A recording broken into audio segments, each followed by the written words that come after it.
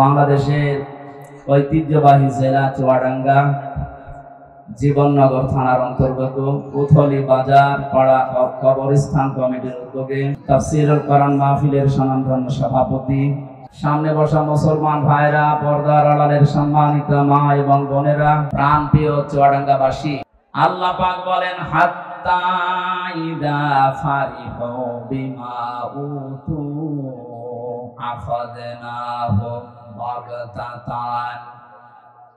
এই যে পৃথিবীর মানুষেরা কান খাড়া করে শোনো, এ মানুষগুলো যখন আমার দানকৃত বস্তু নিয়ে এখানে ক্ষমতা হতে পারে, অর্থ হতে পারে, প্রভাব প্রতিপত্তি হতে পারে, এই বিষয়গুলো নিয়ে যখন এরা আনন্দে আত্মহারা হয়ে আছে, এরা আনন্দে যখন মেতে আছে, আখাযনাহুম বাগতাতান, আমি আল্লাহ হঠাৎ করে তাদেরকে ধরলাম। ও চুয়াডাঙ্গাবাসী, জালেমদেরকে ধরেন কে? এখানে ফাইল আল্লাহ নিজে কর্তা, হোম দিয়েছেন আল্লাহ, বহু বচন দিয়ে জানিয়েছেন এ পৃথিবীতে যারাই জালেম আল্লাহর নিয়ামত পাওয়ার পরে আনন্দে যারা আত্মহারা হয়ে আল্লাহর জিকির যারা ভুলে থাকে, তাদেরকে সরাসরি আমার আল্লাহ নিজে অ্যাটাক করেন। আল্লাহ পাক বলেন আমার ধরনটা লক্ষ্য করো, আখাযনাহুম, আমি নিজে তাদেরকে ধরলাম, বাগতাতান, আকস্মিক ভাবে, ফাইদাহুম মুবলিসুন, এ মানুষগুলো হতাশ হয়ে গেল। আপনি 2024-এর 5 আগস্টের সাথে আয়াতটা মিলান, আমার মনে হয় খাপের খাপ মিলে যাবে। ওরা কিন্তু আনন্দে ছিল। এ জালেমেরা কোনোদিন চিন্তা করে না যে আমাদের দুপুরের খাবার খাবার সময় পাবো না। যদি চিন্তা করতো জীবনও রান্না করতো না। কথা বলে না কেন? বিকাল 3টার ভেতরে ছেলে মেয়েরা আছে, তাদের ঘরে যা পেয়েছে ওইগুলো লুকিয়ে রাখতো। এমন এমন জিনিস দেখিয়েছে যেটা এখন আর দেখানো সম্ভব না। কথা বলে না কেন? আল্লাহ বলেন মানুষগুলোকে আমি আকস্মিক ভাবে ধরলাম, তারা হতাশ হয়ে গেছে, এমন নিরাশ হয়ে গেছে। তাদের চেহারার দিকে হে নবী আপনি তাকাবেন, দেখবেন ওদের চেহারার ভেতরে হতাশা। আপনি আজ দেখতে পাচ্ছেন আগস্টের 5 তারিখের পর থেকে আজকের দিন পর্যন্ত যত জালেম ধরা পড়ছে সবার চেহারা হতাশায় পরিপূর্ণ। তাহলে এটা ছাত্র জনতা বাংলাদেশের ছেলে মেয়েরা ধরেনি, এটা ধরেছে কে? কেন? এ মানুষগুলো আল্লাহর নিয়ামত পাওয়ার পরে আমার আল্লাহকে যখন ভুলে যায়, এ মানুষগুলোকে তখন আল্লাহ নিজে ধরে। আর বাস্তবে আমরা যারা এই পৃথিবীতে সৎ কাজের আদেশ করি, এর পেছনেও কারণ আছে। ফালাম্মা নাসু মা যুকিরু বিহি আনজাইনাল্লাযীনা ইয়ানহাউনা আনিস সূ ইলা আখিরি আয়াত। আল্লাহ পাক বলেন মানুষ যখন আমার নির্দেশ পাওয়ার পরে, আদেশ পাওয়ার পরে ভুলে যায়, এই মানুষগুলোকে তখন আমি আল্লাহ শাস্তি দেয়। তাদেরকে শুধু বাঁচিয়ে রাখি যারা দুনিয়াতে সৎ কাজের আদেশ করতো আর এদের অন্যায় কাজে বাধা দিত। এই 15.5 বছরে আয়াতটা আপনি মিলাবেন, সূরা আরাফে আছে। আমি তো বাস্তব বলছি, এই 15.5 বছরে যারা কোরআনে কারিমের কথাগুলো দিয়ে মানুষদেরকে অন্যায় থেকে ফিরিয়ে রাখার চেষ্টা করেছে, তাদেরকে আল্লাহ এখন বাঁচিয়ে দিচ্ছে। ওরা বলে আমরা যা করবো, আপনারা বলেন কেন? আমরা বলি আমাদের নিজেদের বাঁচাতে। এই যে স্টেজটা দেখতে পাচ্ছেন, এটা মনে করেন 1 তলা, এর উপরে আর 1 তলা আছে, নৌকা চলতেছে সমুদ্রে। নিচ তলায় পানির ব্যবস্থা নেই, উপর তলায় একটা পানির ব্যবস্থা করা আছে। নিচের লোকগুলো শুধু মাঝে মাঝে সিঁড়ি বেয়ে যায় উপরে পানি আনতে। উপরের লোক যদি বলে কি করেন এত ডিস্টার্ব, নিচেই তো পানি আছে হাতের নাগালে, খুলে নিতে পারেন না তক্তা? ও মানুষগুলো বিরক্ত হয়ে বলছে ঠিক আছে, জীবনে আর পানি নেওয়ার জন্য আসবো না। নিচে যখন পানি আছে দেখি হাতের নাগালে যে একটা তক্তা খুলে নিয়েছে। ওপরে আমরা যারা আছি, আমরা যদি বলি যে যা করছে করুক গা, লা ইলাহা ইল্লাল্লাহ, ওপরে যারা আছে একটাও বাঁচবে। নিচের মানুষগুলো এই বোকামি করে নিজেরা যেমন মরবে, উপরে যারা আছে তারাও মরবে। কথা বলে ঠিক কিনা? এই 15.5 বছরে আমরা নিশ্চুপ থাকতে পারতাম? আমার তো বাস্তব যতটুকু জ্ঞান আমি দেখেছি, এই 14টা দল বাদ দিয়ে বাংলাদেশে যত মানুষ আছে আমরা সব কিন্তু মাসলুম। কথা বলেন না কেন? যে দলের নামই বলেন, 14 দল বাদ দিয়ে যারা আছি আমরা সব মাসলুম। আমার আয়াতের শেষের শব্দে এটা আছে, আমরা ব্যাখ্যায় যাব। আমি আমার যতটুকু লেখাপড়া আয়াতের উপরে আছে, আমার মনে হয় বাংলাদেশ আজকে একেবারে মিলে যাবে। আপনারা থাকবেন তো ঘন্টা খানিক। আল্লাহ পাক বলেন, এই মানুষগুলো যখন আমি আল্লাহর আদেশ ভুলে যাই, যে মানুষগুলো সৎ কাজের আদেশ করে আর অন্যায় কাজে বাধা দেওয়ার চেষ্টা চালায়, আযাব যখন পাঠায় তখন তাদেরকে বাঁচিয়ে দেয়। আমরা এই আয়াত পড়েছি এই কারণে, জীবনের রিস্ক নিয়ে হলেও সৎ কাজের আদেশ অসতে আমরা বাধা দিই। উপর তলায় আসি বলে বেশি থাকবো তা না, যা করছেন নিচে বসে বসে। এটা যদি উপর থেকে বাধা আমরা না দেই, যত আল্লাহর বড় ওলি আমরা উপরে থাকি, আপনারা ডুববে আমরাও ডুববো। এই জন্য 56,000 বর্গ মাইলকে এমন নিরাপদ রাখতে চাই যেন নিচে কেউ নৌকার তক্তা করতে না পারে। আজকে একজন উপদেষ্টার নাম নিয়ে সারা বাংলাদেশ না সারা বিশ্ব থেকে ঝড় উঠেছে, তাকে বাদ দেওয়া হোক। কেন? কারণ এই লোকটার 9টা দোষ বের হয়েছে। 1 নাম্বার, সে সমকামিতা প্রমোট করে। সে চায় যে পুরুষে পুরুষে বিয়ে হোক। এটা আল্লাহর নিষিদ্ধ কাজ। একটা বলে রাখেন, আল্লাহ পাক বলেন, যুজ্জিনা লিন-নাসি হুব্বুশ শাহাওয়াতি মিনান নিসা। পৃথিবীতে আমি কয়েকটা জিনিসকে মানুষের ভেতরে আকর্ষণীয়, লোভনীয়, সুশোভিত করে দিয়েছি। তার ভেতরে 1 নম্বরে নারী। মেয়েদের প্রতি পুরুষের আকর্ষণ, এটা স্বাভাবিক। তৈরি করেছেন কে? আল্লাহর এই নির্দেশকে যারা ডাইভাইড করে এখন পুরুষে পুরুষে বিয়ে করতে চাচ্ছে, এইরকম মানুষকে যারা উপদেষ্টা বানিয়েছে, দেশের 16 কোটি মানুষ মানে না। কথা বলে না। আপনি বাইরের দেশেও খবর নেন, যাদের ঈমান আছে তারা এই লোককে মানতে পারে না। এটা যেহেতু শুধু তাফসীর মাহফিল না, এখানে সব দলের মতের ধর্মের লোক আছে, আমি জানি। এটা শুধুমাত্র এদেশে যারা মুসলিম দাবি করছে তাদেরও অনুষ্ঠান না। আপনি দেখবেন রাস্তা দিয়ে আসার সময় কত হিন্দু পর্যন্ত বউ ছেলে নিয়ে আসতেছে। হাদা বায়ানুল লিন্নাস হুদাল লিন্নাস। মানুষ কত বাচ্চা যারা বিবেচিত আজকের এই অনুষ্ঠান তাদের জন্য। সুতরাং আমার সামনে এখন এই 10,000 20,000 মানুষ না, আমি 18 কোটি মানুষের দায়িত্ব নিয়ে বলছি, তাড়াতাড়ি অবিলম্বে এই শয়তানকে আপনারা বাদ দিন। তার নাম বলতে চাই, আপনারা বুঝে ফেলেছেন। কথা বলেন না কেন? আমরা চাই ওনাকে যেন না রাখা হয়। সবগুলো আমার বলা দরকার নেই, একটাই যেহেতু বলেছি, মানে আল্লাহর নিষিদ্ধ কাজ। নারী পুরুষের আকর্ষণ নষ্ট করে নিজের স্ত্রীকে দিয়ে পর্যন্ত সিনেমা বানিয়েছে ব্যাচেলার। আপনি দেখবেন 3rd পারসন সিঙ্গুলার নাম্বার। এই সমস্ত সিনেমাগুলো আমি নিজে উপন্যাসে পড়েছিলাম বিশ্ববিদ্যালয়ে থাকাকালীন। এখন দেখি ওইগুলো দিয়ে সিনেমা বানিয়েছে, যেগুলো পরকীয়া প্রেম উস্কে দেয়।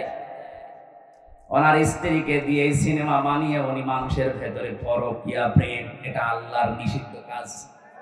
কথা বলে না কেন? পরকীয়া প্রেম যেটা, এটা নিষিদ্ধ কাজ না। কোন হিন্দুকে বলে, সেও মানবে না। যদিও সে আল্লাহ বিশ্বাস করে না, তারপরও সেই অবৈধ কাজ মানে না। আপনি মুসলিম নামধারী কি সুন্দর সুন্দর শব্দ দিয়ে নাম বানিয়েছে, মোস্তফা, সরওয়ার, ফারুকি, প্রত্যেকটাই অর্থবোধক নাম। প্রথমটা আমার নবীর নাম মুস্তফা, সরওয়ার আমার নবীর নাম, ফারুকি বিশ্ব নবী মুহাম্মদ রাসূলুল্লাহ সাহাবী হযরত ওমর ফারুকের নাম। এত সুন্দর সুন্দর জিনিস দিয়ে নাম বানালেন আর কাম করছেন সব উল্টা। ফারুক মানে সত্য মিথ্যার পার্থক্যকারী, আর আপনি সত্য মিথ্যা সব মিশ্রণ ঘটিয়ে সব এক করে দিচ্ছেন। এই জন্য জীবন যতদিন আছে আমরা চাই আমরা যেন আল্লাহ আর আযাব এবং গজবে আপনার মতো না পড়ি। এই কারণে আমরা বাধা দেই, প্রতিবাদ করি। যদি আমাদের সামর্থ্য যতটুকু আছে এইটাও বন্ধ করে দেয়, আল্লাহর কসম, দাউদ নবীর জামানায় যেভাবে বানর বানিয়ে দিয়েছে আমাদেরকে বানিয়ে দেবে। আমরা তো আমাদের বাঁচার জন্য প্রতিবাদ করছি।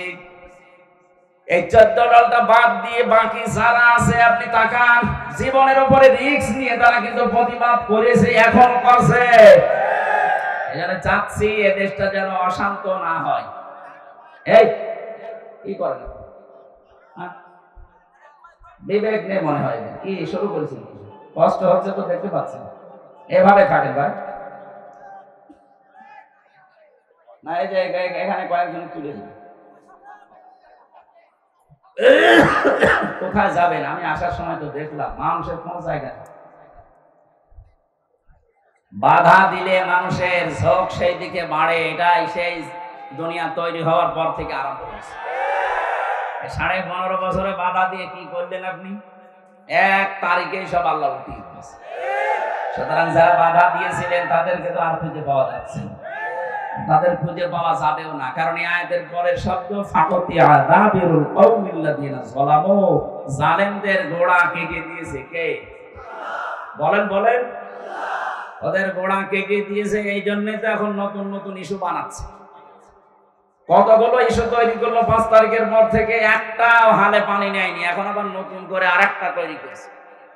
বিশ্বের বিভিন্ন মডেলের কাছে এখন ধর্ণা দিচ্ছে যে আমি নির্বাচিত সরকার ছিলাম, আমাকে উৎখাত করা হয়েছে। এটা ডাহা মিথ্যা কথা। এটা যদি কেউ শয়তান কেউ বলে যে 15 বছরে কি দেশে নির্বাচন হয়েছে, শয়তানও হাসবে। কথা বলে না কেন? আপনি একটা ঘোড়াকে সকালবেলা জিজ্ঞাসা করেন, ঘোড়াও বলবে একটা কথা বলবেন।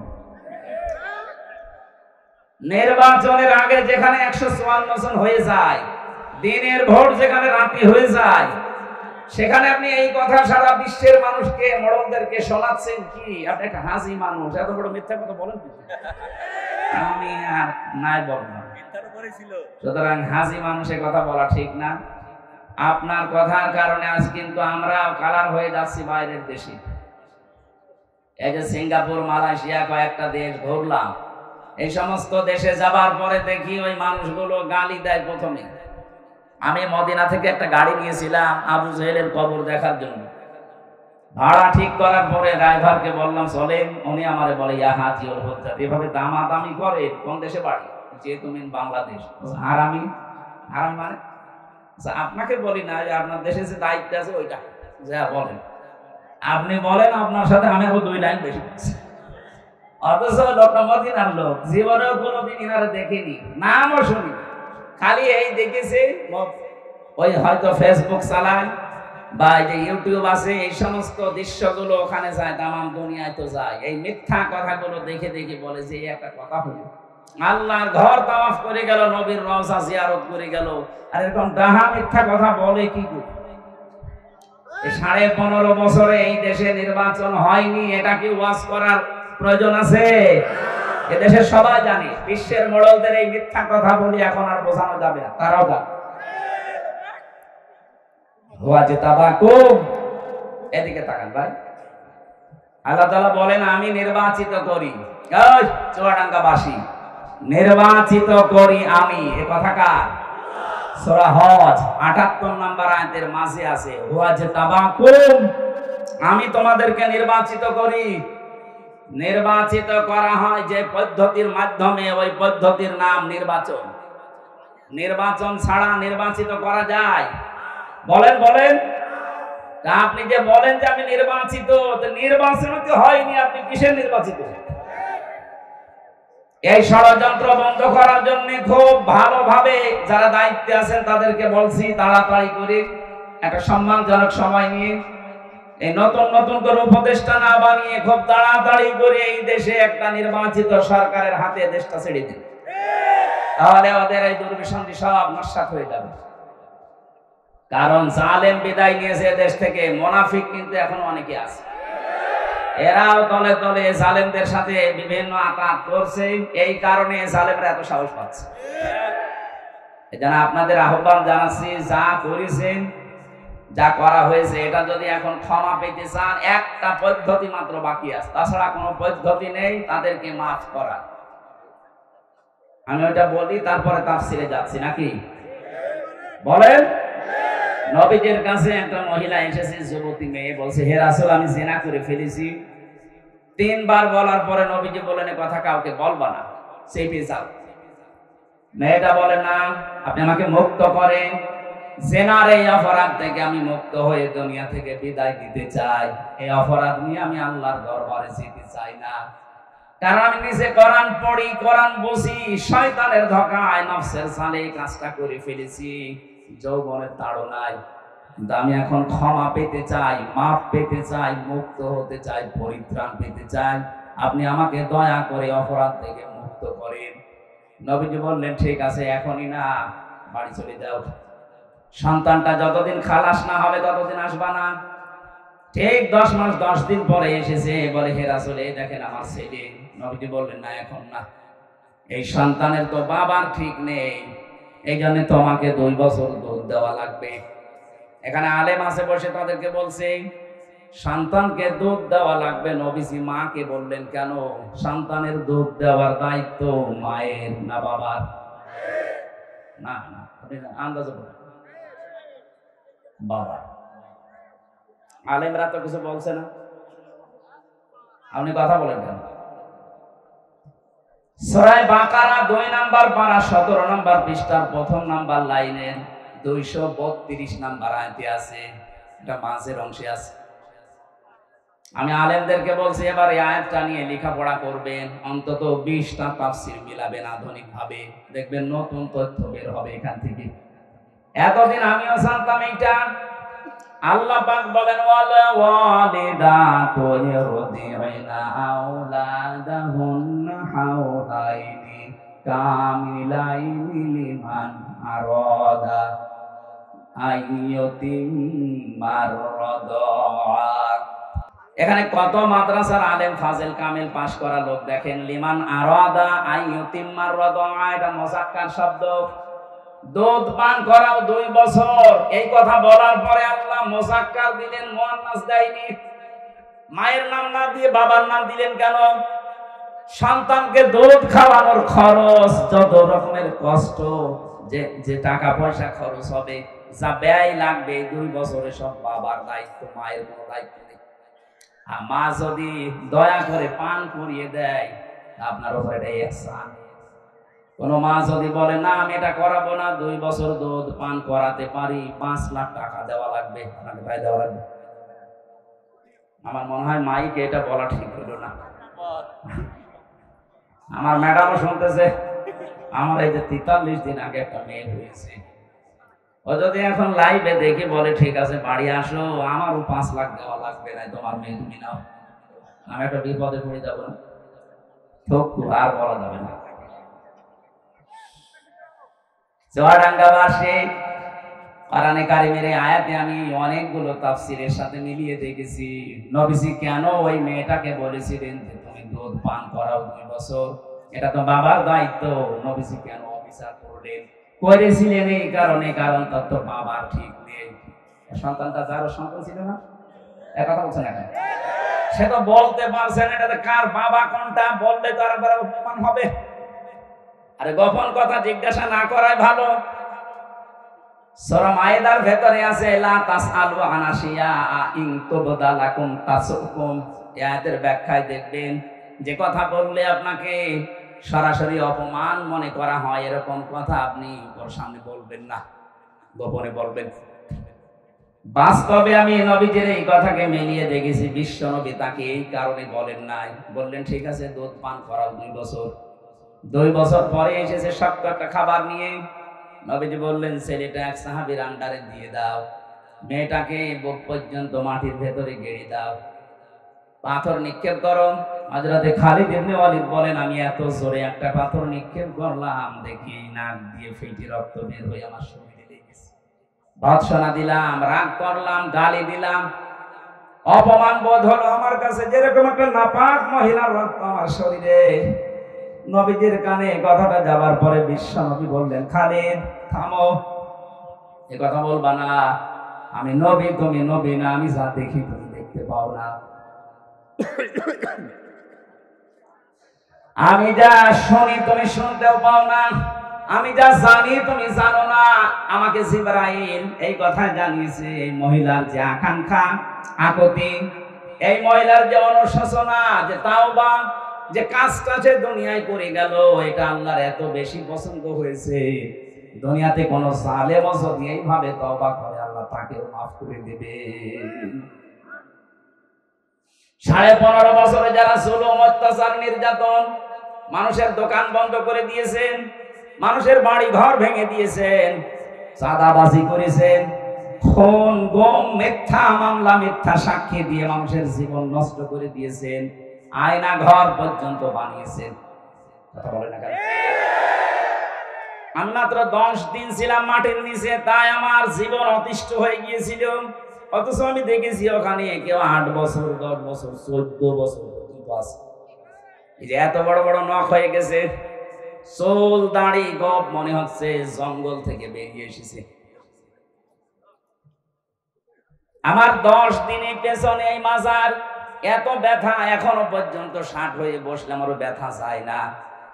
মুফতি ফখরুল আমার সাথে ছিল, আমাকে বলছিল, ভাই আপনার সাথে কি করা হয়েছে আমি জানি না, আমার এই পায়ের ভেতর দিয়ে হাত দিয়েছিল, এইভাবে হাত দিয়ে সামনে যে লোহার ব্যারিকেড এই জায়গায় টাঙিয়ে দিয়েছে, এরপরে দিয়েছে ওই জায়গায় হ্যান্ডকাপ লাগিয়ে। আরে তো 5 মিনিট 10 মিনিট না, 24 ঘন্টা এভাবে তালা লাগানো থাকে। 1.5 মিনিট থেকে 2 মিনিট সময় দেয় টয়লেট করার জন্য। সকালে কয়েকটা পচা ছোলা দেয়, দুপুরে যে খাবার দেয় মনে হচ্ছে কেউ মাখিয়ে দিয়েছে, খেলে খান, না খেলে ফেলে দেন। কেউ তো জানি না দুনিয়ায় যে আপনি বেশি আছেন কিনা। এই যে এত বড় বড় নখ দিয়ে মানুষ দেখলাম দেওয়ালের সাথে খুশিয়ে খুশিয়ে লিখে রেখেছে মোবাইল নাম্বার, নিচে ছোট করে লিখেছে, ভাই যদি কেউ বাইরে যেতে পারেন এই নাম্বারটা একটু বলবেন যে আমি বেশি আছি। এখনো পর্যন্ত জালেমরা বলে আমরা কি করেছি, কি করেছি মানে এটা মানুষের কাজ। রিমান্ডে যারা আমার দায়িত্বে ছিল, মাঝে মাঝে ভাবতাম আল্লাহ এই মানুষগুলো বাইরে যে এরা সংসার করে কি করে, এদের কি বিবেক মরে গেছে নাকি? এরকম কঠিন অবস্থায় একটা মানুষকে 24 ঘন্টা 3 বছর 5 বছর 8 বছর 10 বছর 14 বছর রেখে দিয়েছে। শোয়া কি জিনিসও জানে না, এটা যে কোন বছর বলতে পারে না, এটা কোন মাস চলছে ও জানা নেই, এটা কি বার কয়টা বাজে ও কিচ্ছু জানে না। এটা 5 দিন না জানলে তো আপনার খারাপ লাগবে, আর 14 বছর লোকটা জানে না এটা দুনিয়া না কোন জায়গা। 24 ঘন্টা অন্ধকার। এই কঠিন পরিস্থিতি যারা তৈরি করেছিলেন, যারা এর সাথে জড়িত, এখন যদি তারা বলে আস্তাগফিরুল্লাহ, আল্লাহ মাফ করে দাও, হবে? আরে ভাই আপনি তো আল্লাহর কাছে অপরাধ করেননি, আপনি অপরাধ করেছেন হামজার কাছে। আপনার কারণে আমার মেয়েটা আমার এখনো পর্যন্ত চেনে না। 3টা বছর আপনি ফাঁসির কন্ডেম ছেলে আমার রেখে দিলেন, কি করেছিলাম বলেন তো? আমি আপনার মেয়ের দিকে তাকিয়েছি, আর আপনার সে মেয়ে ও কি তাকানোর মতো না, যে মেয়ে ও কি তাকানোর মতো? আমি তাকাবো ওইদিকে কোন কারণে? কয়েকদিন আগে আমার মামলা সব খারিজ হয়ে গেছে, আদালত কর্তৃক প্রমাণিত যে আমি নির্দোষ, আমার কোনো দোষ নেই। এই নির্দোষ মানুষটার উপর আপনি এই অত্যাচার করলেন। 11 ঘন্টা আমার মা বাবা আর শ্বশুর শাশুড়ি স্ত্রী কষ্ট পাবে জন্য আমি বলি নাই।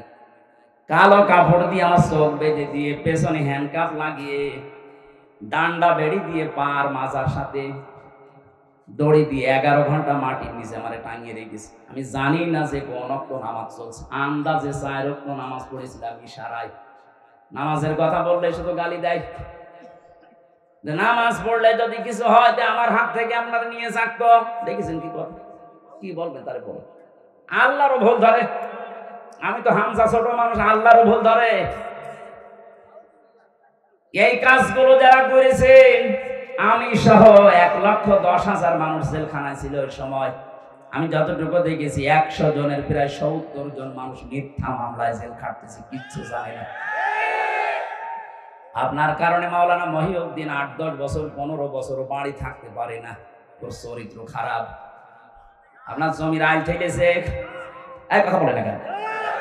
এরকম বহু মহিউদ্দিন বাংলাদেশে, কত মানুষ। আমি এক একজনের সাথে ছিলাম। জনাব তারেক জিয়া পিএস, নুরউদ্দিন মিয়া অপু ভাই আমার সাথে ছিলেন 3 বছর। ওনার বন্ধু গিয়াসউদ্দিন মামুন ছিলেন 17 বছর আছে, বের হয়েছে কিছুদিন আগে। বিএনপির এক একজন মানুষের নামে আমি মামলা দেখেছি, 313টা 536টা পর্যন্ত মামলা পেয়েছি। আমার যে খাবার দিয়েছে তো বলতাম, ভাই কয়টা মামলা, কি করেন? বিএনপি করতাম, বড়গোনায় বাড়ি, মামলা কয়টা? 313টা। মনে হচ্ছে বদরের ময়দান কায়েম করে ফেলেছে। ঘরে তো একটা মানুষকে 313টা মামলা দেয় কোন বিবেকে? আমারে তো 2টা দিয়েছিল, তাই 3 বছর। ও 313টা কিয়ামত হয়ে যাবে। কথা বলে না কেন? এই জন্য আমি আপনাদেরকে বাঁচাতে চাই। এটা যেহেতু রেকর্ড হচ্ছে, সারা পৃথিবী কালকে যাবে, এমনকি যারা পালিয়েছে ওই জালেমরাও শুনছে। আপনারা যদি এখনো পর্যন্ত মাপ পেতে চান, শুধু আস্তাগফিরুল্লাহ হবে না, যার কাছে যে ধরনের অপরাধ করেছেন আগে তার কাছে যে মাপ চাবেন, তার ক্ষতিপূরণ দেবেন, এরপরে পড়বেন আস্তাগফিরুল্লাহ। এই কথা বলেন না কেন? এই হাদিসের অর্থ যদি না বুঝে থাকেন, আপনার এই ওয়াজ শুনতে আসা, তাফসীর শুনতে আসা ব্যর্থ। বুঝেছেন কিনা বলেন তো? কিভাবে মাপ চাইতে হবে আমি পদ্ধতিটা বললাম। নবীজি যে ওই মহিলাকে বলতে পারতেন না, যাই হয়েছে হয়েছে, তুমি আস্তাগফিরুল্লাহ গোপনে পড়ে নাও, বলতে পারতেন না? কিন্তু বলেননি, ওনাকে শাস্তি দিয়ে তারপরে বলেছে এবার আস্তাগফিরুল্লাহ পড়ো। আজ আপনারা 15.5 বছরে যা করেছেন, পৃথিবীর ইতিহাস পাল্টিয়ে ফেলেছেন। সুতরাং এখন শুধু আস্তাগফিরুল্লাহ পড়লে হবে না, আপনাকে ফিরে আসার জন্য যার কাছে অপরাধ করেছেন তার কাছে স্বীকার করা লাগবে। এবং স্বীকার করলেই হবে না, এই 15.5 বছরে তার যে ক্ষতি করেছেন ওই ক্ষতিপূরণ দেওয়া লাগবে। আপনার কারণে বহু মানুষ ব্যবসা করতে পারে নাই, চাকরি পায় নাই। এই কথা বলেন এখানে। মিথ্যা মামলায় ঝুলে ঝুলে জীবনটা নষ্ট করে ফেলেছে। কেউ আম বাগানে, কেউ বাঁশ বাগানে, কেউ ধানের খেতে শুয়ে শুয়ে রাত কাটিয়েছে বছরের পরে বছর। এত কিছু করার পরে আপনি এখন আস্তাগফিরুল্লাহ পড়বেন আর আল্লাহ আপনাকে মাফ করে দেবে, কি আর কি নাকি? আশা করছি আপনি হাদিসের অর্থ বুঝে ফেলেছেন এবং যারা শুনছে ওই জালেমরা বুঝেছে। বাঁচতে যদি চান এই মহিলার মতো তওবা করেন। এবার আমি একটা তথ্য বলছি, সূরা ফুরকান 68 নাম্বার আয়াত। এই পৃথিবীতে 3টা অপরাধের সাথে যারা জড়িত থাকবে এই মানুষগুলোর শাস্তি হবে ডবল। কয়টা? আরো জোরে বলেন। এটা কিন্তু ক্লাস চলছে, ক্লাসে যদিও এভাবে কথাবার্তা হয় না, আপনারা বেশি বলছেন। ক্লাসের মতো জবাব দেবেন। 3টা অপরাধ করলে শাস্তি দেবে কয়টা? ডবল। জোরে বলেন কয়টা? এখন আপনি দেখেন তো 3 অপরাধ আপনার ভেতরে আছে কিনা। ওয়াল্লাযীনা লা ইয়াদউনা মা'আল্লাহি ইলাহান আখারা। আল্লাহ পাক বলেন, যারা আমি আল্লাহর সাথে অন্য কাউকে ডাকে, এই যে মা'আল্লাহ, আল্লাহর সাথে অন্য কাউকে যারা ডাকে, এটা বাংলাদেশ, ভারত আর পাকিস্তানে বেশি। আমরা এই দেশগুলোতে আল্লাহকে ডাকি না তা না, আল্লাহর জিকিরও চলছে, কিছুক্ষণ পরে দেখি আল্লাহর পাশাপাশি অন্য কাউকে ডাক দেন। ইয়া আলী বাবা, শাহ আলী বাবা, কে আল্লাহ বাবা, ফতে বাবা বলছে। কথা বলছে না? সে যেই করুক সে যেন শুধরে নেয়। আল্লাহর সাথে অন্য কাউকে ডাকা, আরো জোরে বলেন, আরো জোরে বলেন। এমনকি আল্লাহর নামকে কেউ এলহাদ করতে পারবেন না, পরিবর্তন করে ফেলবেন না। ওয়াযারুল্লাযীনা ইউলহিদুনা ফি আসমাই। সূরা আরাফ 9 নাম্বার পারা 13 নাম্বার পৃষ্ঠা 4 নাম্বার লাইনের 180 নাম্বার আয়াতের মাঝে আছে। আল্লাহ পাক বলেন, আমার নামকে তোমরা এলহাদ করবা না, উলটপালট করবা না, ছোট বড় করবা না। আজ যারা কালেমাকে লা ইলাহা ইল্লাল্লাহ পুরা কালেমা না পড়ে শুধু হালকা লা ইলাহা লা ইলাহা হবে, বলেন বলেন, শুধু ইল্লাল্লাহ ইল্লাল্লাহ হবে। আপনাকে পরিপূর্ণ করা লাগবে। আতাম্মাত কালিমাতু রাব্বিকা সিদকান ওয়া আদলা। আল্লাহ বলেন, আমার কালামটা পরিপূর্ণ করে দিয়েছি। আপনি কোথায় পেয়েছেন যে শুধু লা ইলাহা লা ইলাহা বলা লাগবে? এই জন্য আল্লাহর নামকে কেউ যদি এলহাদ করে, পরিবর্তন করে ফেলে, আল্লাহ বলেন তাদের সাথে তোমরা ডাকবা না আমাকে। এরপরেও যদি বলেন আমার বাবা বলেছে, যা বাবার সাথে ডাক। এর চাইতে সত্য কথা আমার জানা নেই। আমি আপনার বিবেকের উপরে কড়া নাড়লাম, এরপরও যদি কারো বিবেকে কাজ না করে জানতে হবে ওর বিবেকের উপরে কুকুরে পোশাক দিয়েছে। ও বলছে ঠিক। তাহলে আজকে থেকে সিদ্ধান্ত নিয়ে যাবেন এই মাহফিলে এসে আল্লাহর সাথে অন্য কাউকে আমি আর ডাকবো না, এমনকি রাসূলুল্লাহকে না। রাসূলুল্লাহর নামে জিকির করা জায়েজ নেই। যারা না বলছে ইয়া রাসূলুল্লাহ জিকির করেন, আপনি শিরক করছেন। জিকির হবে কার নামে? দরুদ হবে রাসূলুল্লাহর নামে। সোহেল চৌধুরী নায়ক, নাম শোনেননি? এই লোকটা হত্যার মামলার যে আসামি ছিল মামুন ইমন, ইনি আমার সাথে ছিল, মাঝে মাঝে আসতো, তো ভেতরও এরকম মস্তা। ও দেখতাম ফজরের আগে আমরা যখন তাহাজ্জুদ পড়তে উঠি ওই সময়, এখন বের হয়েছে 25 বছর পরে বের হয়েছে, ওই সময় দেখেছে উনি জিকির করছে উঠে ইয়া রাসূলুল্লাহ। কি গো? একদিন বললাম ভাই আপনি এই জিকির করেন মানে? মহাব্বতে। না, এটা মহাব্বতের জিকির না, আপনি শিরিক করছেন। এই আয়াত দিয়ে তাকে আমি বুঝিয়েছিলাম আল্লাযীনা লা ইয়াদউনা মা'আল্লাহি ইলাহান আখার। আল্লাহ পাক সাথে ডাকছেন, আল্লাহর সাথে সাথে আপনি অন্য কাউকে ডাকতে পারবেন না। ওর পরে দেখলাম তার কয়েকদিনের ভেতরে এই জিকির বাদ দিয়ে আল্লাহর 99টা নাম মুখস্থ করে ফেলেছে। তখন পাঁচে মাসে জিকির করতো ইয়া রহমান ও ইয়া রহিম ও ইয়া গফফার, হ্যাঁ এটা করে। ওয়ালিল্লাহিল আসমাউল হুসনা ফাদউহু বিহা। আমি আল্লাহর অনেক সুন্দর সুন্দর নাম আছে, যে নামে পারো আমাকে ডাকো, কিন্তু সাবধান আমার নামকে উলট পালট করবা না।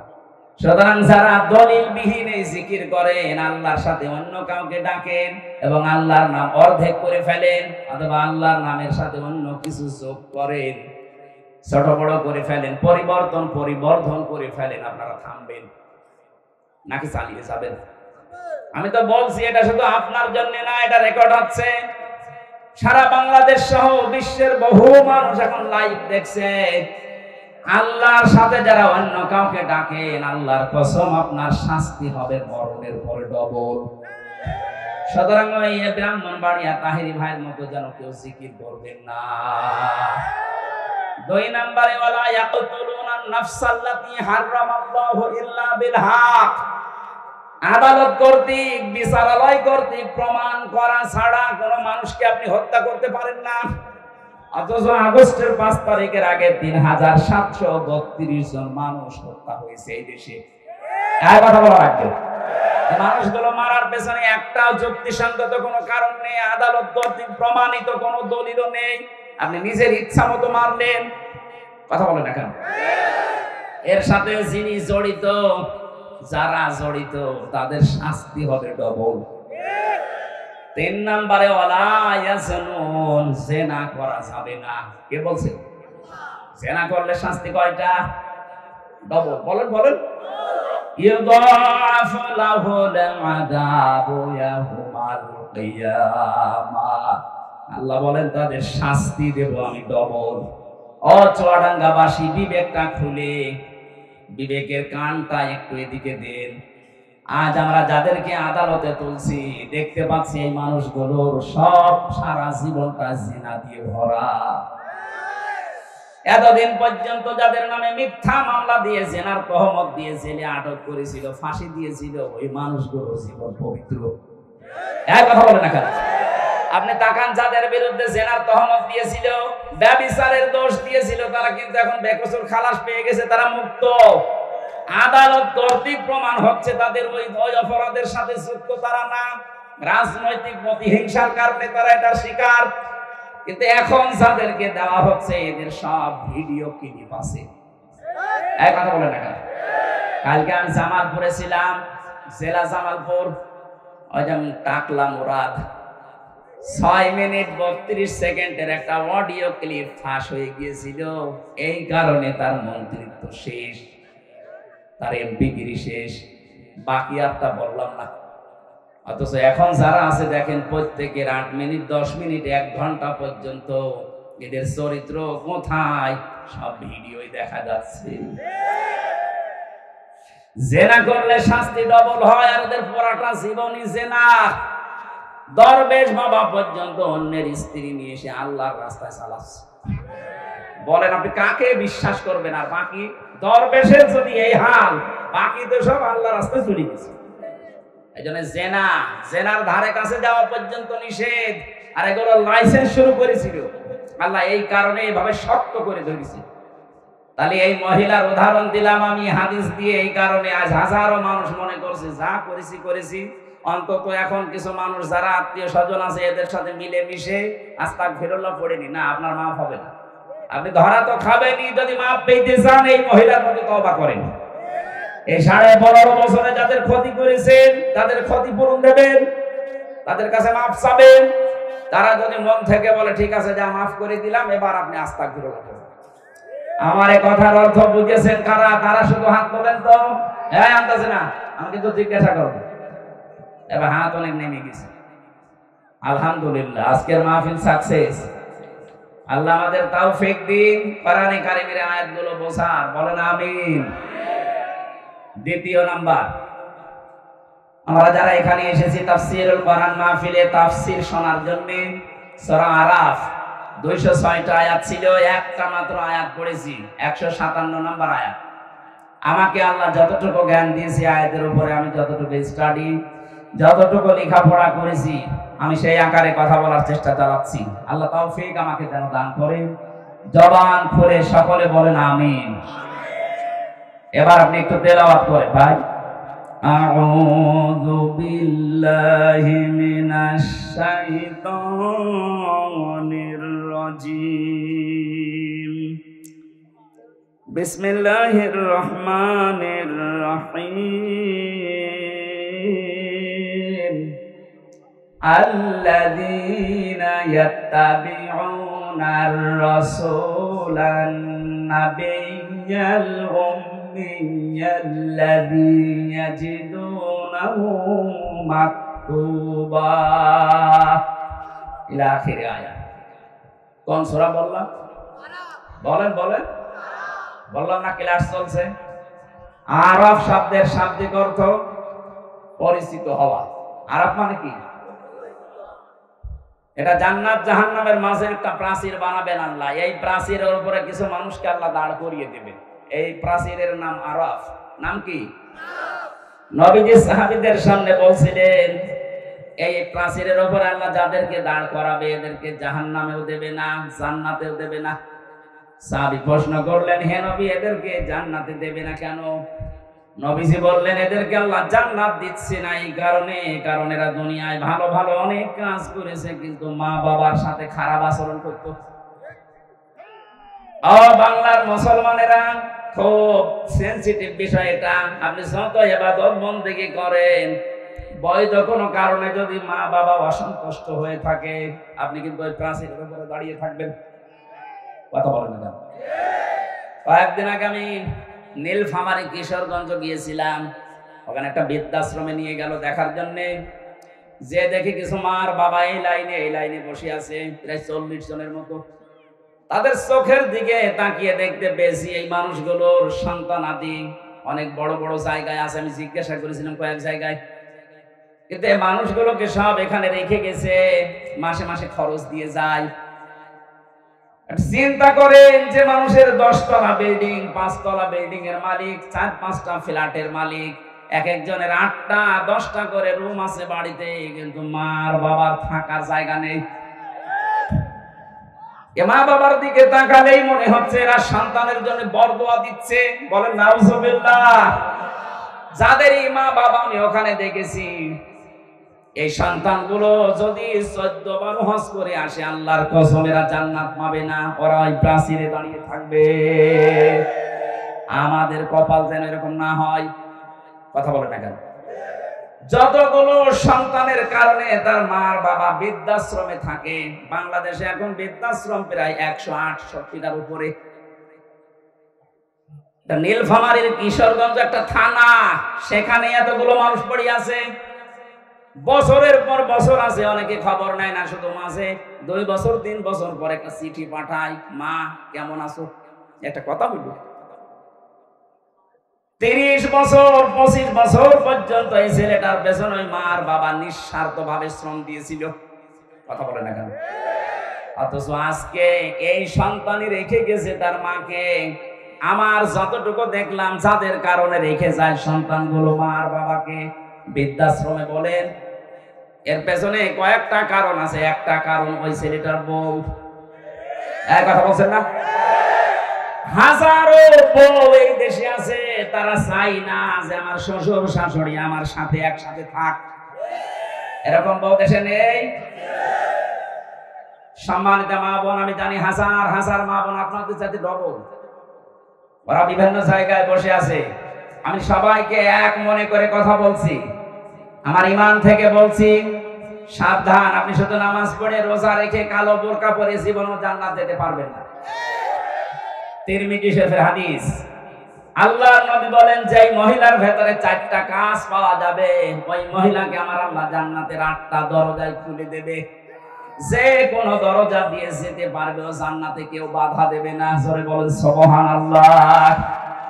1 নম্বরে ইদা নাজারা ইলাইহা সাররাতুহু, যখন তার স্বামী তার দিকে তাকাবে তখন সে স্বামীকে আনন্দ দেবে। ওয়াইদা গাবা আনহা হাফিজাতুহু, যখন স্বামী থাকবে না বাইরে চলে যাবে তখন নিজের পরিবারে পরিবেশে নিজের ইজ্জত আবরু, নিজের স্বামীর সম্পদ আর সন্তানকে হেফাজতে রাখবে। এটা আজ 100 জনের প্রায় 95টা মহিলা ঠিক রাখতে পারছে না। স্বামী বাইরে চলে গেলেও দিন পায়। কথা বলেন না কেন? ফাতেমাতুজ জোহরার সাথে যে মহিলা জান্নাত যাবে, জামিলা, তার জীবনী পড়েছি। তাকে আল্লাহ জান্নাত দেওয়ার পেছনে 2টা কারণ। 1 নাম্বার, এসে স্বামীর অনুমতি ছাড়া কোনোদিন বাইরে যায়নি, কারোর সাথে দেখাও করেনি। আর হাজারো মেয়ে লোক স্বামী বাইরে চলে গেলেও মনে হচ্ছে যে জান্নাত পেয়ে গেছে।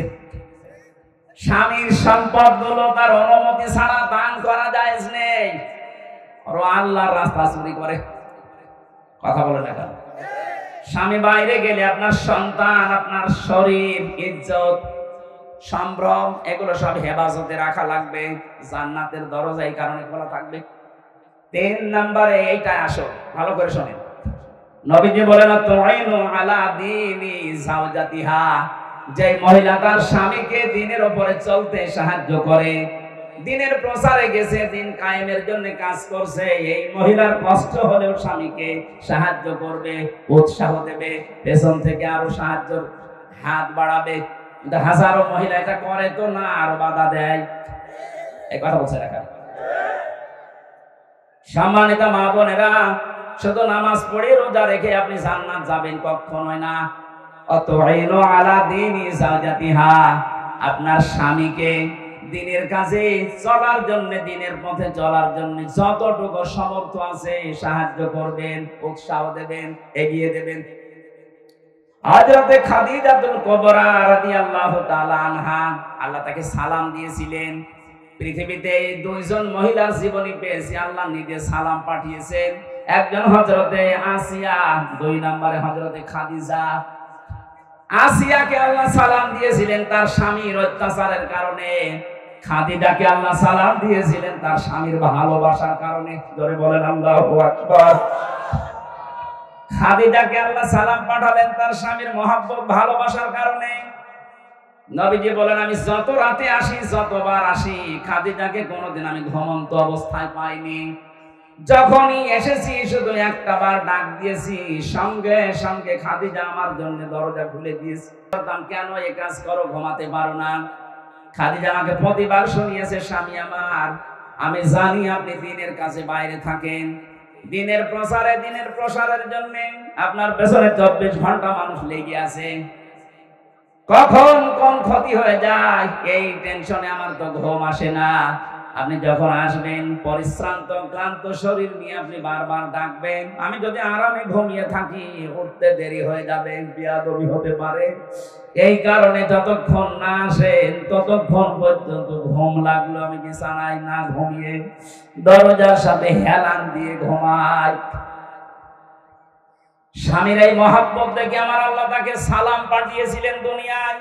আর আমরা স্বামীর সাথে এমন আচরণ করি, সালাম তো দূরের কথা, আল্লাহ গজব পাঠায়। কথা বলে না কেন? বিশ্ব নবীও এত বেশি পরামর্শ দিয়েছিলেন তার মেয়ে ফাতেমাকে, ডাক দিয়ে বলতেন, মা, 4টা মেয়ের ভেতরে তোমাকে সবচাইতে বেশি ভালোবাসি আমি। এতদিন আমার বাড়িতে ছিলে, যত কিছু মনে লেগেছে, কাজকর্ম তুমি করতে পেরেছো। আজকে একটা নতুন পৃথিবীতে তোমারে পাঠালাম আলীর কাছে। সাবধান, শরীয়ত সম্মত কোন বিধান নিয়ে আমার জামাইয়ের সাথে বার্গেনিং করবা না। শরীয়তের ভেতরে থেকে যদি আমার জামাই হযরতে আলী কোন বিষয়ে তোমার উপরে মন খারাপ করে, এই অবস্থায় যদি তোমার মরণ হয়ে যায়, আমি নবী হয়ে বলছি তোমার জানাজায় বাবা হয়েও যাব না।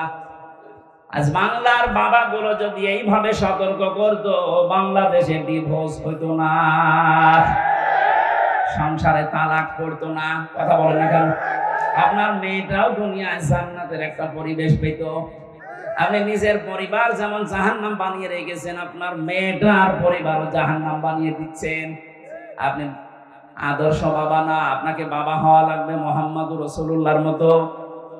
আমার কথা ছিল, আপনার স্বামী যতক্ষণ বাইরে থাকবে দিনের কাজে, মানবতার কাজে, আপনাকে সাহায্য করা লাগবে, তাকে সহযোগিতা করা লাগবে, উৎসাহ দেওয়া লাগবে। আপনি যদি বাধার কারণ হয়ে দাঁড়ান, জান্নাত আপনার জন্য ব্যারিকেড হয়ে দাঁড়াবে। 4 নম্বরে বেশি স্বামী যা আদেশ করে ওটা যদি জায়েজ হয়, স্বামী যেটা চায় ওটা যদি জায়েজ হয়, স্বামী যেটা পছন্দ করে ওটা যদি জায়েজ হয়, আপনার জীবন থাকতে ওটা মানা লাগবে। এই 4টা কারণ পেয়েছি আমি তিরমিজি শরীফে।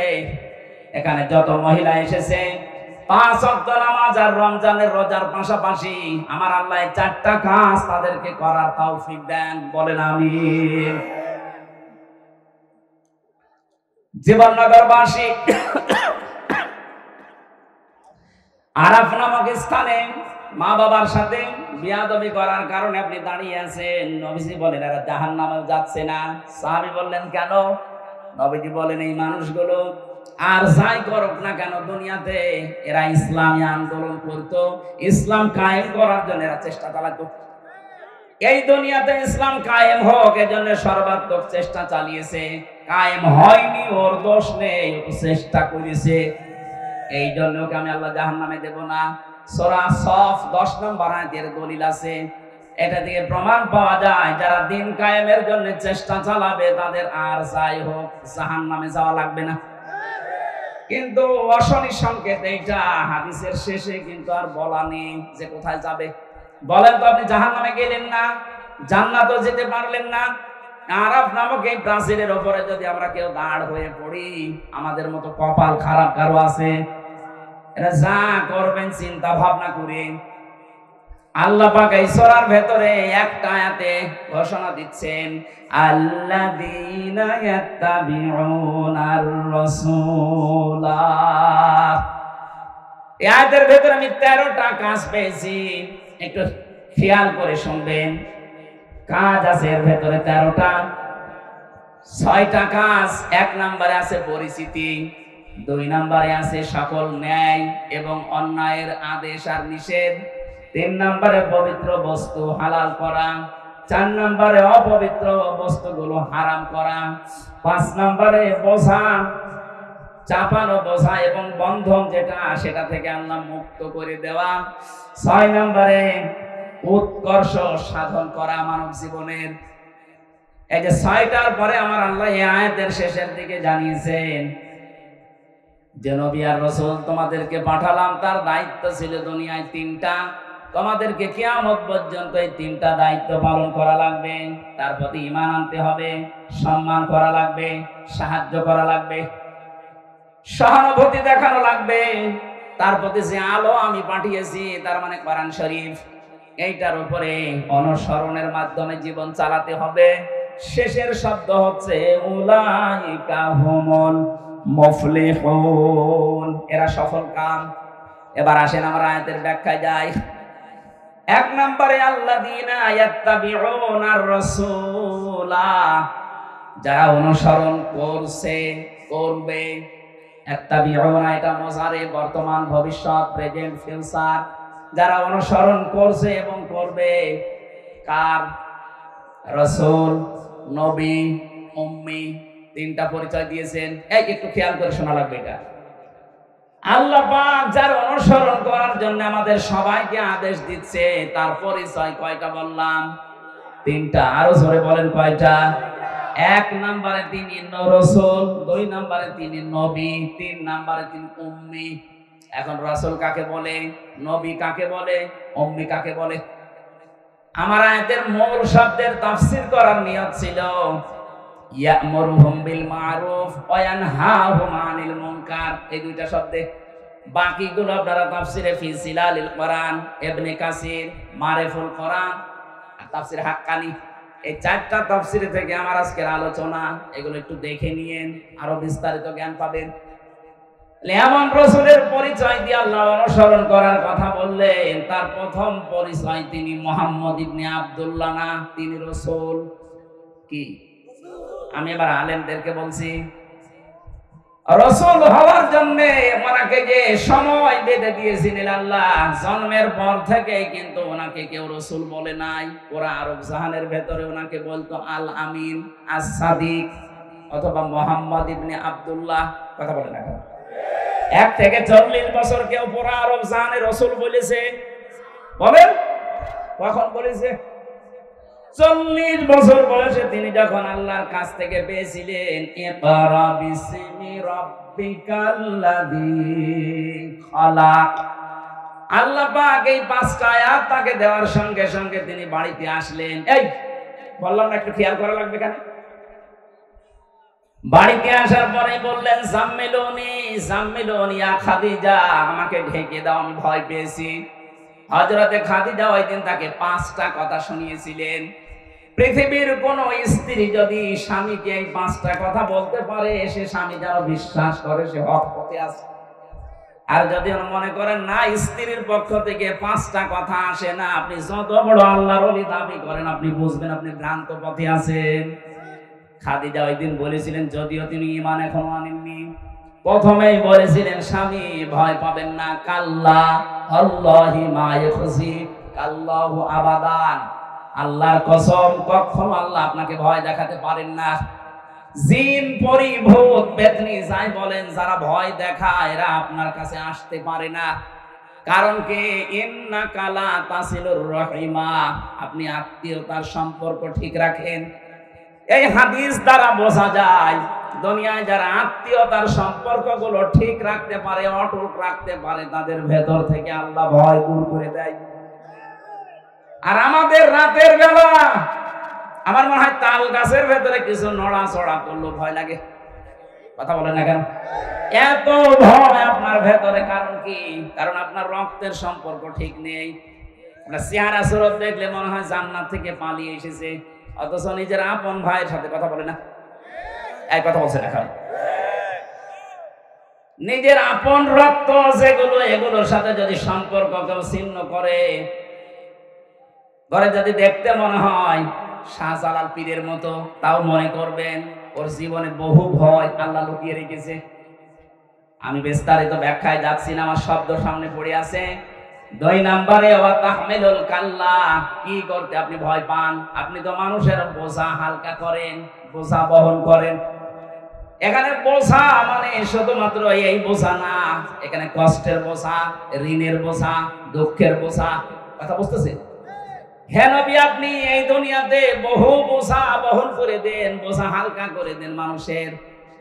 অথচ আশ্চর্য হয়ে গেলাম, এতবার জীবনে হজ করার পর, নবীর উম্মত দাবি করার পর, মুসলিম জাতির অনেকে তাকে মা বলে, অনেকে তাকে বোন বলে, অথচ এই মানুষটা পালিয়ে যাওয়ার সময় কত রকমের বোঝা আমাদের উপরে দিয়ে গেল।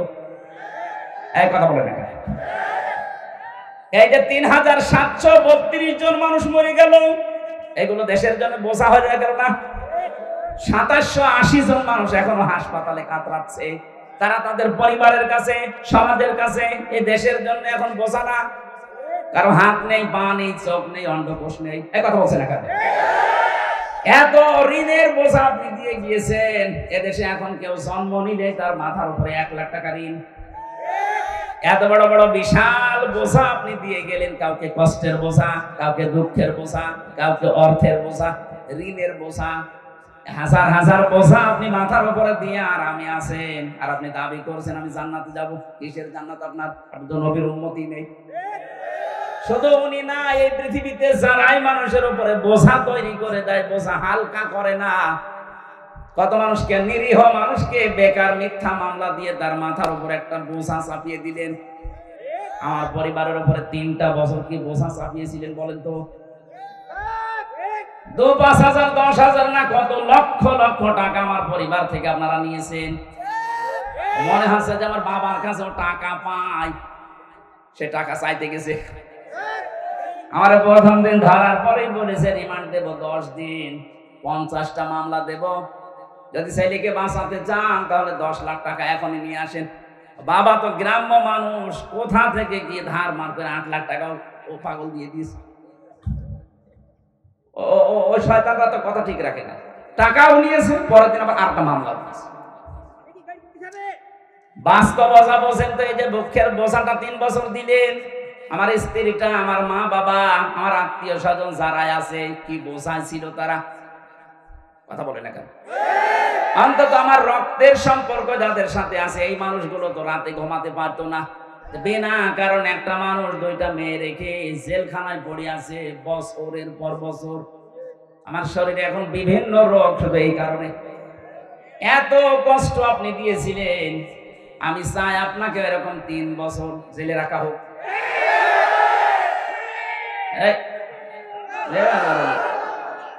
ঠিক আছে, বসেন বসেন, এই বসেন বসেন। আমার যে তথ্যগুলো বলা দরকার তাফসীর মাহফিলে আমি এবার আরম্ভ করছি। এদিকে তাকান, আমার এই হাদিস পড়া বলতে গেলে সময় চলে যাবে। দ্বিতীয় নম্বরে আমি পেয়েছিলাম রাসূলুল্লাহ যেই দিন হয়েছিলেন, ওই দিন থেকে তিনি যতদিন দুনিয়ায় জীবিত ছিলেন, এই 23 বছর, এই 23 বছরের 13 বছরের জীবন শুনতে অনেক মানুষের আগ্রহ আছে এখনো। আমি যদি এখন ওই 23 বছরের ভেতরে 13 বছরের মক্কার জীবনী বলি, কত মানুষ এখানে চোখের পানি ফেলে কাঁদবে। কিন্তু ওই রাসূলুল্লাহ তার 23 বছরের 13 বছর বাদ দিলে এখনো থাকে 10 বছর। বলেন বলেন, এই 10 বছরে তিনি প্রেসিডেন্ট ছিলেন। প্রেসিডেন্ট কি এমনি হয়ে গেছেন? কিছু করা লাগেনি। ওই কথাগুলো বলতে গেলে তখন কিছু মানুষের মন পাওয়া যায় না, বলো হুজুর এবার রাজনীতি হচ্ছে। আমার মনে হয় নবীজি যদি এখন বেঁচে থাকতো, শয়তান নবীজিকে এটা বলতো। সুতরাং আপনি ভুল বুঝবেন না, আমি আপনাকে বাঁচাতে চাই। আশা করছি আপনি এই বুঝটা নিয়ে যাবেন। এমন রাসূলকে অনুসরণ করার কথা বলা হচ্ছে যার রাসূলুল্লাহর বয়স শুধু এই 10 বছর 13 বছর না, পুরা 23 বছর। কথা বলেন না কেন?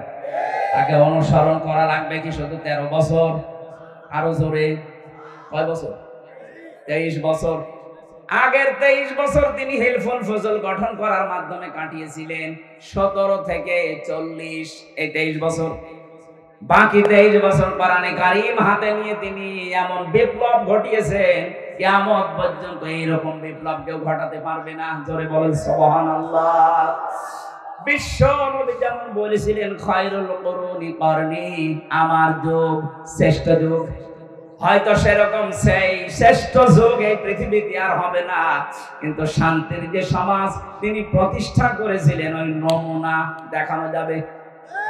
যারা হজে যায়, এই যে মাওলানা মহিউদ্দিন, আমার শ্বশুর এবং মাওলানা সুলতান সাহেব যাচ্ছে, ওখানে প্রবেশ করার আগেই দেখবেন একটা আয়াত আমরা পড়ি, ওয়ামানে দাখালাহু কানা আমিনা। কোন মানুষ যদি এই কাবা শরীফের এরিয়ার ভেতরে আসে, আল্লাহ বলেন আমি তাকে নিরাপত্তা দিয়ে দেই। এই আয়াতটা কার? আরো জোরে। আমি এই আর কি মারার জন্য পড়ি না, এখানে শিক্ষা আছে। কাবার চত্বরের ভেতরে আসলেই তাকে নিরাপত্তা দেবে কে? আরো জোরে বলেন। কারণ ওই ঘরটা কার? বাংলাদেশ কি কাবা ঘর? বলেন বলেন। এখানে যে এখন অরাজকতা চলছে, এই জায়গায় যদি শান্তি স্বস্তি নিরাপত্তার পরিবেশ দিতে হয়, এটা তো কাবা না। কি করবেন আপনি? সূরা নাম 82 নম্বর আয়াতে আল্লাহ দলিল দিয়েছেন, 6000 কিলোমিটার দূর এখান থেকে কাবা শরীফ। কাবার ভেতরে ঢুকলে নাই আপনি নিরাপত্তা পেয়ে যাবেন, বাংলাদেশের 56,000 বর্গ মাইলে আসলে আপনি নিরাপত্তা পাবেন কি করে? আল্লাহ পাক বলেন এই কাজটা করো, উলাইকা লাহুমুল আমনু। এই যে এইভাবে তাফসীরের ভেতরে হাক্কানিতে আছে, আল্লাহ তার নিজের কুদরতি আঙ্গুল যেন এইভাবে দেখিয়েছে। বাংলাদেশ নামক একটা দেশ আছে 257টা দেশের ভেতরে, এর ভেতরে চুয়াডাঙ্গা একটা জেলা আছে, এর ভেতরে জীবননগর থানা আছে, ওথলি একটা গ্রাম আছে। এই বাজারের ময়দানে যারা কোরআন শুনছে, আল্লাহ ঠিক যেন তার হাত এইভাবে দেখাচ্ছে যে উলাইকা, এই মানুষগুলো, উলাইকা লাহুমুল আমনু, এদেরকে আমি নিরাপত্তা দিতে চাই। এরাই নিরাপত্তার হকদার। কারা? এর আগে আল্লাহ কয়েকটা গুণ দিয়েছেন, আল্লাযীনা আমানু ওয়া লাম ইয়ালবিসু ঈমানাহুম বিযুলমিন। পৃথিবীর ময়দানে যারা ঈমান এনেছে, ঈমান আনার পরে তাদের ঈমানের সাথে যারা জুলুমকে মিশ্রণ করে নাই। এখানে জুলুম মানে শিরিক। জুলুম মানে কি? সুতরাং আমরা যদি এই বাংলাদেশে আমাদের ঈমান যায় আছে, ঈমানের সাথে যদি শিরিক মিশ্রণ না করি, জুলুম মিশ্রণ না করি, এই দেশটা আল্লাহ কাবা শরীফের মতো নিরাপত্তা দিয়ে দেবেন। আমি আশা করি কথা বুঝতে পেরেছেন। সুতরাং বাংলাদেশ সামনে যদি আমরা নিরাপত্তা দিতে চাই, আর্মি দিয়ে, বিডিআর দিয়ে, পুলিশ দিয়ে, র‍্যাব, সীতা, কোবরা দিয়ে হবে না। এদেশকে নিরাপত্তা দিতে হলে শিরিক মুক্ত করা লাগবে, জুলুম মুক্ত করা লাগবে। একটা হয়েছে অলরেডি, চেষ্টা চলছে, অন্তত দেশে আর জুলুম নেই। কথা বলে না, এখনো কিছু হালকা আছে, এটা থাকবে না। যদি শিরিক মুক্ত এই দেশ হয়, কি মুক্ত বলেন বলেন? শিরিকটা কার সাথে? এবার আসেন এই শব্দটা বিজুলমিন আই শিরকিন, এই শব্দের ব্যাখ্যা পড়েছি আমি তাফসীরের ভেতরে পেয়েছি 4টা। শিরিক থেকে কেউ যদি নিজেকে বাঁচাতে চায়, সে যেন শিরিক বিল জাত, শিরিক বিল সিফাত, শিরিক বিল ইখতিয়ারা, শিরিক বিল হুকুক, এই 4টা থেকে নিজেকে বাঁচায়। শ্রেণী বিন্যাস করে করে আমি তাফসীরের ভাষায় দেখেছি 120 প্রকার হয় শিন, র আর কাফ। এত কথা এর ভেতরে আল্লাহ লুকিয়ে রেখেছেন। যত চেষ্টা করবেন তত নতুন নতুন তথ্য আপনি এখান থেকে পাবেন।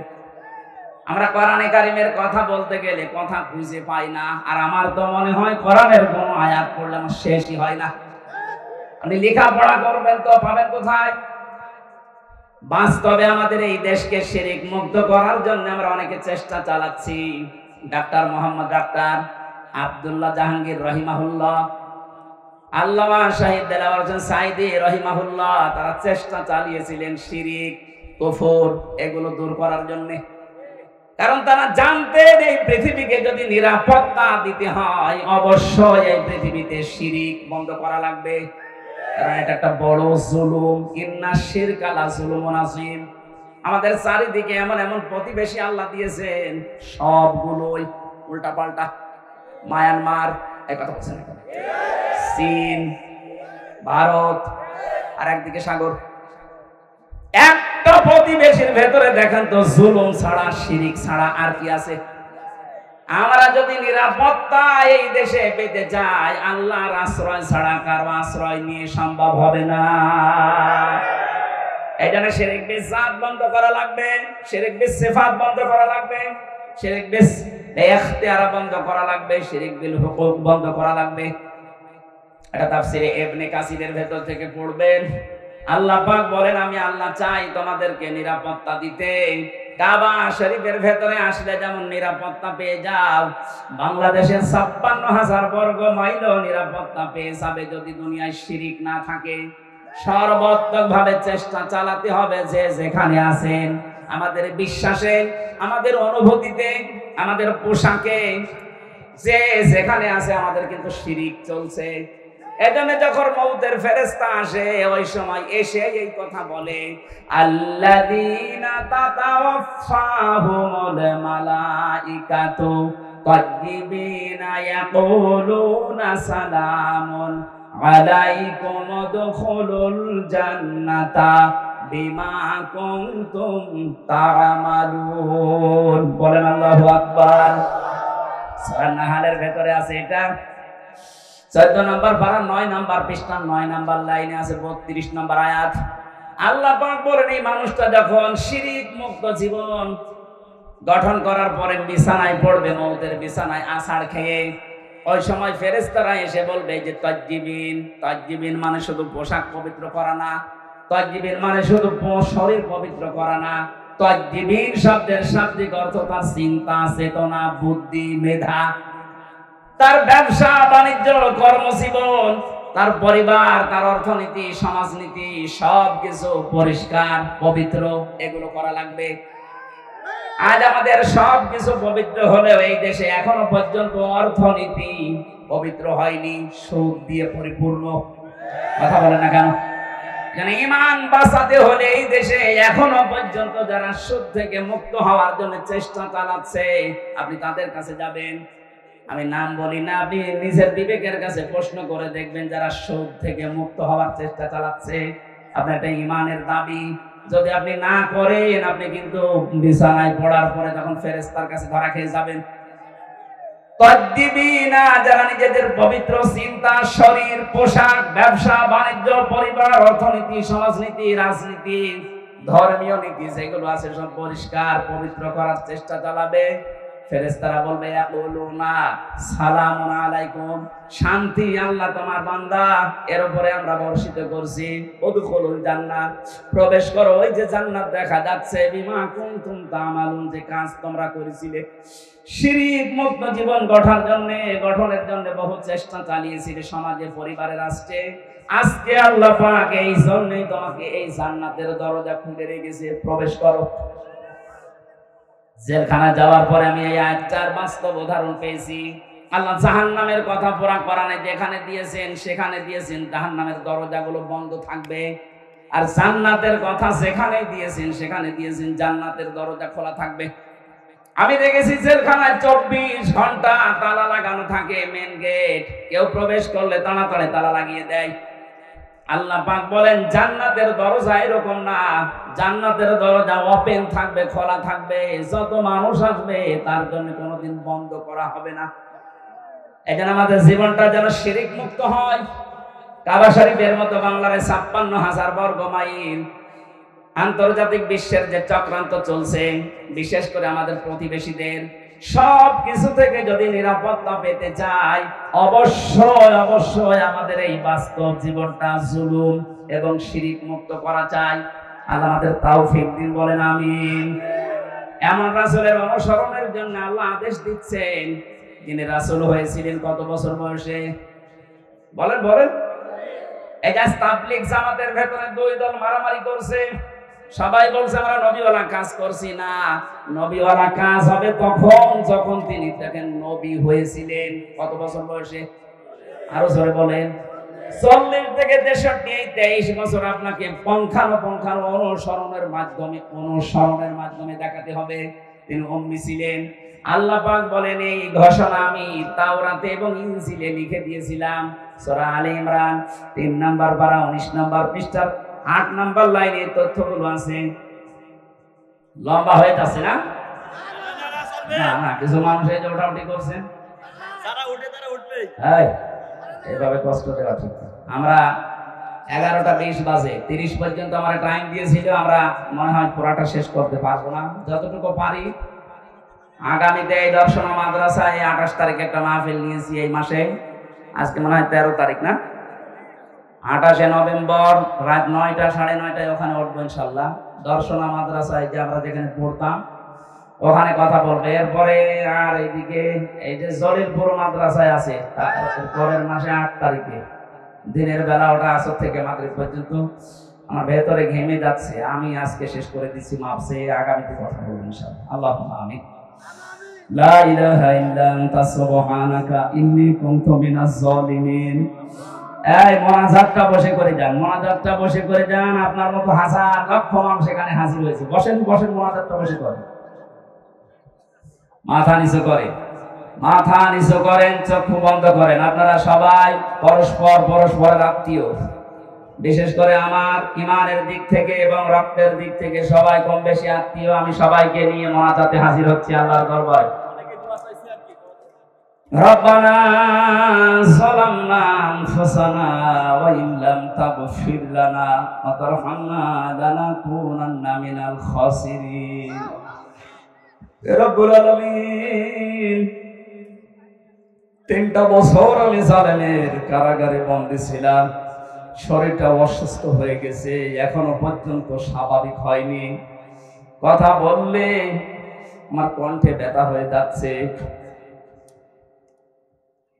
আজকে আমার শ্বশুরালয় চুয়াডাঙ্গা জেলার জীবননগর উথলি এলাকাবাসী কর্তৃক আয়োজিত তাফসীরুল কোরআন মাহফিলে এসে 1.5 ঘন্টার মতো কোরআনের একটা আয়াত বোঝানোর চেষ্টা চালিয়েছি। আমি আশা করি এবং বিশ্বাস করি তোমার বান্দা বান্দিরা এটা সহজে বুঝে ফেলেছে। এখন এদেরকে আমল করার তৌফিক দাও। জান্নাতের এই বাগানটা সাজাতে তোমার যে বান্দাগুলো বিভিন্ন কায়দায় শ্রম দিয়েছে, অর্থ দিয়েছে, এদের এই শ্রমকে অমরের মতো কবুল করে নাও। এদের এই অর্থগুলোকে হযরতে ওসমানের টাকার সাথে কবুল করে নাও। যত যুবক এই মাহফিলের জন্য দেখলাম, সেই উথলি মোড় থেকে আইলাতালে রেলগেট পর্যন্ত কত কষ্ট স্বীকার করছে। এই যুবকদেরকে যে মা পেটে নিয়েছে, মায়ের পেট তুমি খাদিজার মতো বানিয়ে দাও। এই মাহফিলের বরেণ্যের সদস্য যারা, আজকের মাহফিলের সম্মানিত সভাপতি জনাব আব্দুল্লাহ তোমার বান্দা, মেহেরবানি করে বান্দা বানিয়ে দাও। হাফেজ আবু বকর সিদ্দিক, আল্লাহ নাম না জানা কত মানুষ যে যেইভাবে এগিয়ে এসেছে কোরআনের এই প্রচারের এই অনুষ্ঠানে, আল্লাহ তোমার রহমত তাদের দিকে এভাবে এগিয়ে দাও। কত মানুষ দোয়া চাচ্ছিল, অসুস্থ, এমন রোগ দিয়েছো যে মানুষের কাছে বলাও যায় না। মেহেরবানি করে আমাদের রোগকে শেফায়ে কামেলা আজেলা বানিয়ে দাও। আল্লাহ তাআলা আমার বড় শ্বশুর অসুস্থ হয়ে পড়ে আছে, সারাটা জীবন তোমার নামের ঘোষণা দিচ্ছে, হাইয়া আলাস সালাহ হাইয়া আলাল ফালাহ। তোমার এই গোলামকে মেহেরবানি করে সুস্থতা দান করো, হায়াতের তাজ্জেবা সিহাতে কল্লিয়া দিয়ে দাও। যত মানুষ আমরা অসুস্থ আছে এলাকাতে, মেহেরবানি করে শেফা দিয়ে দাও। মা বোনেরা যারা আছে এদেরকে তুমি ফাতেমার মতো বানিয়ে দাও। আমাকে তিনটা কন্যা তুমি দিয়েছো, এদেরকেও তুমি ফাতিমাতুজ জোহরার মতো বানিয়ে দাও। আমার স্ত্রী অসুস্থতাকে শেফায়ে কামেলা আজেলা দাও। আমার শ্বশুর শাশুড়ি সহ এলাকায় যারা আমার আত্মীয় স্বজন, যত মানুষ দূর দূরান্ত থেকে কোরআনের মহব্বতে ছুটে এসেছেন, খালি হাতে ফেরত না দিয়ে এদের বাড়ি পর্যন্ত যাওয়া আসায় নেকি দিয়ে পাল্টিয়ে দাও, গুনাহগুলো সরিয়ে দাও। আল্লাহ আমল নামা যেন পুরাটা নেকি দিয়ে পাল্টিয়ে পরিবর্তন হয়ে যায়। আল্লাহুম্মা গফিরলি ওয়ারহামনি ওয়াহদিনি ওয়াফিনি ওয়ারযুকনি ইয়া রাব্বাল আলামিন। আলোচনা যারা এই ময়দানে রেখেছেন যে আসরের পর থেকে এই আলেমগুলোকে তুমি কবুল করো। মাওলানা হোসাইন আহমেদ, মাওলানা মহিউদ্দিন সহ, মাওলানা আরিফুল ইসলাম, মাওলানা আবু বকর সিদ্দিক, যত আলেমরা এখানে কথা বলেছে, আলেমদের কথাগুলো আমাদের আমল করার তৌফিক দাও। আগামীতে অনুষ্ঠানটা কোরআনের জন্য আরো বিশাল আকারে মঞ্জুর করো। ওথালি বাজারে যত মানুষ ব্যবসা করছে হালাল রুজি উপার্জনের জন্য, আল্লাহ বরকত দাও। আজকে যত মানুষ বিভিন্ন ব্যবসায় আঞ্জাম দিয়েছে, হালাল রুজিতে তুমি 100 গুণ বরকত বৃদ্ধি করে দাও। আল্লাহ তাআলা জনাব রুহুল আমিন, অ্যাডভোকেট রুহুল আমিন দোয়া চেয়েছে। যত মানুষ আজকে আসার সময় দোয়া চেয়েছে, মনের খবর তুমি জানো। যার যা মনের কামনা বাসনা আছে, যা সেগুলো পূর্ণ করে দাও।